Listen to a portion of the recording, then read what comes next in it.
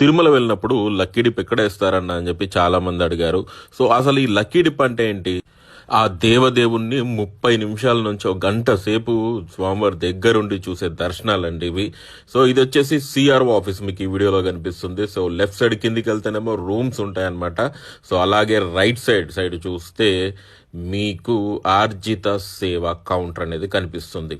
So ఈ ఆర్జిత సేవా కౌంటర్ అనేది 11 o'clock నుంచి స్టార్ట్ అవుతుంది, ఈవినింగ్ 5 వరకు ఉంటుంది. ఇందులో మీరు తోమాల అర్చన ఇవి 2 చాలా పెద్ద సేవలు అనమాట.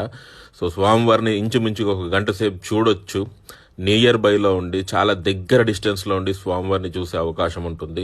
సో నేను వెళ్ళినప్పుడు కళ్యాణం ఒకటే నడుస్తుంది, అది న్యూ మ్యారీడ్ కపిల్ కళ్యాణం అండ్ ఇది ఒకటి. శనివారం ఆదివారం మాత్రం ఇవి 2 పెడుతున్నారు.